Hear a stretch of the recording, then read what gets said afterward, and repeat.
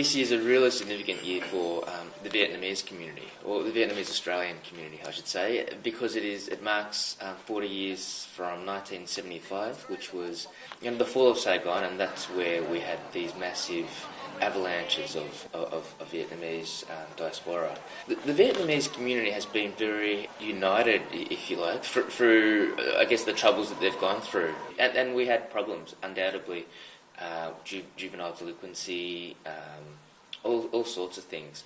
But, through that adversity, people have really banded together, supported each other, and built a really strong community, which isn't, it isn't insular. It's very inviting, I find, and it's almost becoming part of mainstream Australia. Informally, we call it a little Saigon sort of area, and for a lot of people, that's what it is. It's like a new Saigon.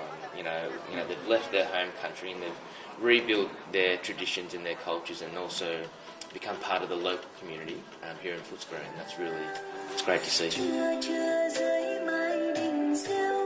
For me, personally, it's important to retain, to understand, the traditions and cultures of my heritage. But I consider myself, a Vietnamese Australian, but not to lose, I guess, sight of that, and that'll be the challenge for a lot of young people growing up who, probably will go through some sort of identity, coming to understand their own identity. Personally, I think it's great. It's an example of Australia and its ability to bring in new cultures and blend that into the Australian culture and to be part of that. The challenges are certainly there in terms of being a minority and bigotry and racism. It's unfortunately it's been a reality of my upbringing.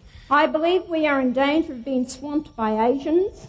I was a teenager when Pauline Hanson get up, and I thought, gosh, how does one get up and say those sorts of things? They have their own culture and religion, form ghettos, and do not assimilate.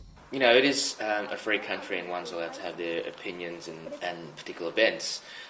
But for me, I thought, well, there's a countercurrent to this sort of what I believed was a bigoted and racist attitude at that point in time. Getting involved in governance and being part of an elected representative provides me the opportunity to, I guess, mitigate that sort of attitude. My family's journey to Australia is it's special because it's special to me, but to be honest, it's not that unique. I come across very similar stories. My father was was a soldier in the war. He'd done all his training in the States and then was fighting for a democratic Vietnam. At the end of the war, like many people, he was captured and thrown into they call it re-education camps, but effectively they're prisoners of war. And he served there for a good 4 years until the government of the time considered him suitably reformed.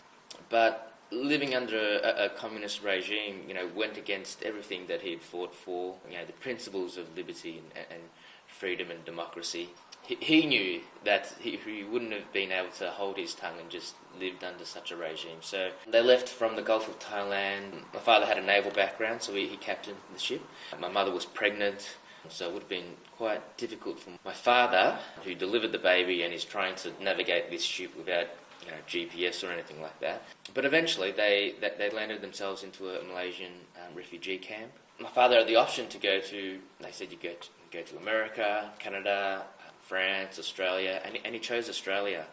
He didn't know a great deal about Australia, but he was excited about, I guess, the unknown, and it's worked out really well for us. My parents never had the opportunity to get involved in the governance or the destiny of their country, and a lot of people, particularly immigrants, who are escaping warfare, escaping totalitarian governments where democracy is just a hope and a dream.